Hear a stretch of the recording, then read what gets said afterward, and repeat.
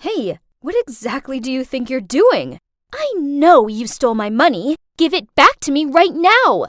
Yeah, give it back to Sophie. That's her allowance. What money? I don't know about any money. I shrugged as I walked toward my bed, ignoring Sophie's furious face. After that, I had to listen to Sophie throw more accusations at me. Blah, blah, blah. I know it was only because I was a tomboy, so surely if a girl chooses to have short hair and wear baggy clothes, then she must be a thief. Poof! Eventually, I reached my breaking point. Quit with the accusations. I didn't steal any money. I didn't even know you had money. I know you took it. If you don't return it to me this instant, then I'm gonna tell Miss Hopkins. Her idle threats didn't bother me, so I just flopped down on my bed and played on my phone. Talk about a heavy atmosphere. Ugh! Then I saw them all frantically checking their phones and giving each other confused looks. So I took an earpod out and heard a phone ringing from over by Sophie. Isn't that your new phone, Sophie? Why don't you pick it up?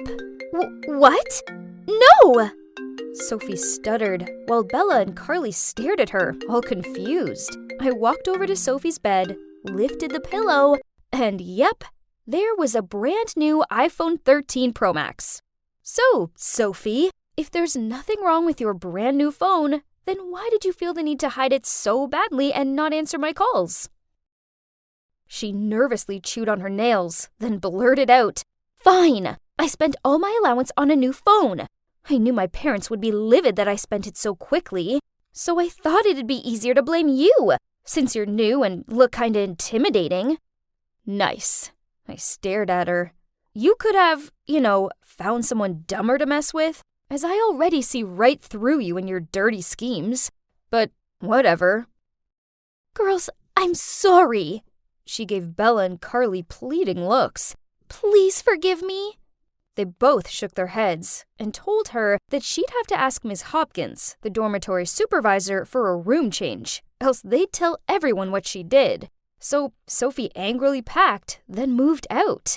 When the room was Sophie-free, Carly and Bella apologized to me, then helped me tidy up my stuff. I smiled at them. No worries, it's cool. After that, they wouldn't quit complimenting my clothes and style, and how smart I was. This was flattering and all, but I kept my chill exterior. That weekend, the school took us out on some woodland activity day. Our teachers organized a treasure hunt and divided us into groups. I ended up with Carly, Bella, and these two other girls. The teacher handed Bella the map, and she held it up the wrong way. I think this map's broken. I chuckled, took it off her, then using the first clue we'd been given, I quickly found out that we needed to walk 100 steps east and find a tree by the lake. Turns out, all of the other clues were as easy peasy as the first one. And soon we'd finish the game. In first place. Everyone was gawping and clapping at me. Poof, it's just a piece of cake. We were on our way back to the dorm room when Carly sidled up to me and said, Hey Sam, you did great today. Oh, it's nothing. Puzzle games are my cup of tea. Hey, I have an idea. Let's form a detective team, as our school still has a few cases unsolved. That's a good idea. With the Sherlock Holmes minds of ours combined, nothing is impossible. Then the three of us looked at one another and laughed. I gave a nod in agreement. I mean, a detective agency sounded kind of fun. And that's how the CSI detective team was born. It stands for Caroline, Samantha, Isabel. Of course. At first, everyone laughed at us because they thought this group was nonsense. But then, the math exam was stolen, and through our expert investigation skills, we linked it to none other than Aubrey, the top student in the class. Hey, we even caught the creep who broke into the school to spy on the girls. And it was only a matter of time till everyone began to recognize our talents. One day, the three of us were standing at the locker when a series of message alarms rang out. It turns out that our school's confession page has a new post claiming that Liam, the most popular boy at school, was seducing, then defrauding numerous girls. They also posted some of the love notes Liam had slid into the girls' locker to manipulate them into giving him money. The message showed, I can't wait to take you on a special date. but my debit card won't work. If you lend me yours, I'll make our date unbelievable. I promise. X. OMG, this is unbelievable. At that moment, I felt a tap on my shoulder, and I turned around to see a sullen-looking Liam standing there. Please, you've gotta help me. These are all false accusations. Please help me find out who did this. And of course, all of us nodded immediately. No one would refuse to help a boy as cute as Liam.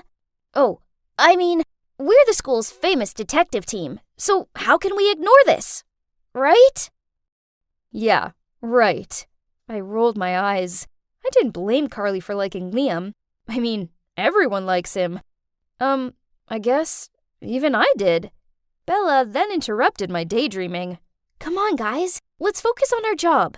I think the person who did this must have some kind of grudge against Liam. Everyone agreed and started investigating, which led me to sneak into Liam's dorm and rifle through the bin. Bingo! I found a scrunched up piece of paper with the messages Liam had supposedly sent to his victims, scrawled in green ink. Then, who should just so happen to have green smudge on their hand but James, one of Liam's roommates. It turns out, James did this just because he was jealous of Liam's popularity. How petty. Well, this success certainly made the detective group more credible. We actually had our own fan base, and I was always overhearing other kids talking about us in a good way. Best of all, Liam was so grateful to us that he started hanging out with us more. We even went to the park with him one weekend, and he bought us all ice creams. Carly kept on flicking out her hair and giving him doe-eyed looks. Well, being the chilled girl I am, I kept it at a smile and a thanks. The only one who didn't seem impressed by Liam was Bella, who took the ice cream, forced a polite smile, then ignored him. Oh well, at least this meant one less competitor for his affection. One day, we were having lunch when we overheard the girls at the next table talking about how a girl saw a ghost in the old chemistry lab, and it scared her so badly, she refused to leave her bedroom for days. According to the others, the legend of this ghost had been around for a long time. Now, this sounded like a job for the CSI, but Bella immediately folded her arms and shook her head. No, I'm not going. There are no ghosts in this world.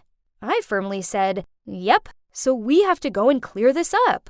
But no matter how much Carly and I tried to persuade her, she point-blank refused to go. Don't you know about the curse? If anyone goes looking for this ghost, they will be cursed and have bad luck for the rest of their lives.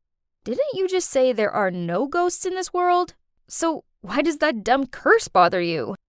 Actually, I'm afraid of ghosts. I looked at Bella and tried not to laugh. Okay, so you stay in the room. Then me and Carly went to discuss plans for the evening. We were hiding in the corner of the chemistry lab. Jeez, it was boring in here, and I was kinda hungry. I should have brought snacks. Suddenly, a cold wind blew past us. It made me all goose-pimply. Carly shook my arm and whispered, Sam, let's go back to the dorm. Shh! I heard something. Footsteps. Then I felt a touch on my shoulder. I looked at Carly. Then we both screamed and bolted for the door. Thud! We hit something and fell to the floor. I scrambled to get up and saw Carly with her eyes closed and praying. Please, ghost! Please forgive us! What are you doing here this late? I looked up. It turned out to be a frowning Miss Hopkins. Yep, we both ended up getting a week's worth of detention for sneaking around at this hour. Ugh. After Miss Hopkins gave us another lecture and escorted us back to our dorm, Bella looked at us from her bed and said, I told you that you'd both end up cursed, didn't I? I snorted. I mean, a curse was nonsense, right? But then weird things started happening to me and Carly. My history assignment disappeared 10 minutes before the deadline. Carly went to put her sports kit on and found it covered in mud stains. And our personal items kept on disappearing, then reappearing in weird places. Worse still, the rumor of the detective team being cursed spread very quickly. Enough was enough. I needed to investigate this so-called curse and get to the bottom of it. I told Bella and Carly what I planned to do, but they didn't seem convinced. No! What if something bad happens? I'm never going back there! Sam, you shouldn't go there either. Okay, chill. I won't do it. It's just an idea. Calm down.